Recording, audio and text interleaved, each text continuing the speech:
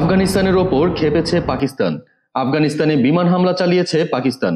মঙ্গলবার ২৪ ডিসেম্বর এই হামলার ঘটনা ঘটে। আফগান তালেবান সরকারের বরাতে স্থানীয় সংবাদ মাধ্যমগুলো দাবি করেছে পাকিস্তানের এই হামলায় হতাহতের ঘটনা ঘটেছে। তবে এ বিষয়ে পাকিস্তান সরকার বা সামরিক বাহিনীর পক্ষ থেকে কোনো আনুষ্ঠানিক বিবৃতি দেওয়া হয়নি। আরব নিউজের প্রতিবেদন অনুযায়ী পাকিস্তানের এই হামলার লক্ষ্য ছিল আফগানিস্তানে অবস্থানরত পাকিস্তানি তালেবানদের সন্দেহভাজন আস্তানা। হামলায় একটি প্রশিক্ষণ কেন্দ্র ধ্বংস করা হয়েছে বলে দাবি করা হচ্ছে।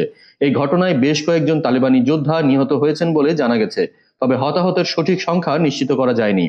পাকিস্তানি নিরাপত্তা কর্মকর্তারা জানিয়েছেন পাকতিকা প্রদেশের একটি পাহাড়ি এলাকায় এই বিমান হামলা চালানো হয়, তবে তারা স্পষ্ট করেননি যে হামলাটি কিভাবে পরিচালিত হয়েছে বা যুদ্ধ বিমান আফগানিস্তানের কত গভীরে প্রবেশ করেছিল। আফগান প্রতিরক্ষা মন্ত্রণালয় এই হামলার তীব্র নিন্দা জানিয়েছে। তাদের দাবি, হামলায় নারী ও শিশু সহ বেসামরিক লোকজন হতাহত হয়েছেন। নিহতদের বেশিরভাগই ওয়াজিরিস্তান থেকে পালিয়ে আসা উদ্বাস্তু। মন্ত্রণালয়ের বিবৃতিতে বলা হয়েছে, পাকিস্তানের এই হামলা আন্তর্জাতিক নীতির লঙ্ঘন এবং এটি একটি স্পষ্ট আগ্রাসনের উদাহরণ।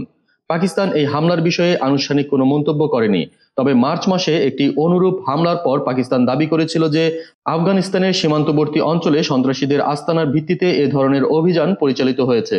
এই সাম্প্রতিক হামলা দুই দেশের মধ্যে ক্রমবর্ধমান উত্তেজনার ইঙ্গিত দেয়। এটি শুধু প্রতিবেশী সম্পর্কের উপর নেতিবাচক প্রভাব ফেলছে না, বরং এই অঞ্চলে অস্থিতিশীলতা আরও বাড়িয়ে তুলছে।